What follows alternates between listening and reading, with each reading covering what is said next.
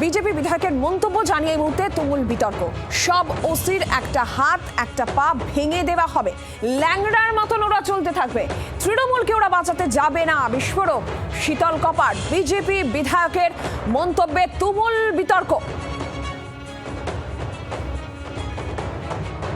সমস্ত ওসির একটা হাত একটা পা ভেঙে দেওয়া হবে, ল্যাংড়ার মতো ঘোড়া চলতে থাকবে, বাঁচার চেষ্টা করবে, ওদের তৃণমূলকে বাঁচাতে যাবে না।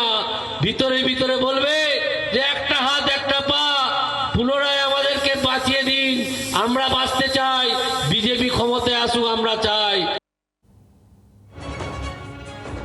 ঘাটালের বিজেপি বিধায়ক শীতল কপাটের মন্তব্যে বিতর্ক। সব ওসির একটা হাত একটা পা ভেঙে দেওয়া হবে, ল্যাংড়ার মতন ওরা চলতে থাকবে, কিন্তু তৃণমূলকে ওরা বাঁচাতে যাবে না। বিস্ফোরক শীতল কপাট।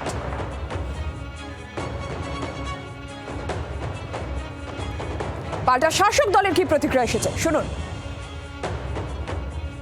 পুলিশকে মারতে গেলে হাত পা ভেঙে দিলে উনি এত পুলিশকে দুর্বল ভাবলেন কি করে যে পুলিশ চুপচাপ বসে বসে দেখবে আর ওর দিকে রসগোল্লা ছুড়ে দেবে?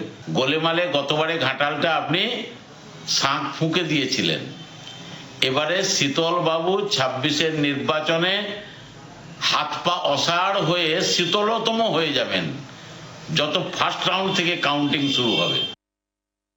চম্পক দত্ত রয়েছেন টেলিফোন লাইনের প্রতিনিধি। চম্পক, শীতল কপাটের মন্তব্য তার নিশানায় পুলিশ, পাশাপাশি শাসক দল এসেছে তার নিশানায়, কি জানা যাচ্ছে? একদমই, গতকাল ছিল সেটা পরিবর্তন সভা ছিল ঘাটালে, সেখানে তিনি এই বক্তব্য রাখতে গিয়ে তিনি সরাসরি আক্রমণ করেন এবং বলেন 26-এর নির্বাচনে বিজেপি যেটা একদম নিশ্চিত, বিজেপি গভর্নমেন্ট হবে এবং সেক্ষেত্রে তার আগে সমস্ত ওসি একটি হাত একটি পা ভেঙে দেওয়া হবে, তারা ল্যাংড়ার মতো চলবে, বাঁচার চেষ্টা করলেও এবং বাঁচতে পারবে না, এমনই কিন্তু মন্তব্য করেন। সরাসরি পুলিশকে নিশানা করে এবং পাশাপাশি তৃণমূলকেও তিনি নিশানা করেছেন। এই চালটা কিন্তু কটাক্ষ করেছে তৃণমূলের পক্ষ থেকে, কটাক্ষ করা হয়েছে যে পাগলের প্রভাব বকছেন এবং উনি যে ঘাটাল বিধানসভায় যেখানে জিতেছেন এবারে কিন্তু গোহারাম তিনি হারবেন, তারপরে কিন্তু তার ফলে প্রদীপ চলে যাওয়ার আগে যেমন করে দপ করে ওঠে সেইভাবেই কিন্তু শীতল কপাট সেই বক্তব্য রাখছেন। এটা কোনো গুরুত্বহীন বলেই তারা মনে করেন। তবে এই ভাষণকে ঘিরে কিন্তু যথেষ্টই এলাকায় একটা রয়েছে।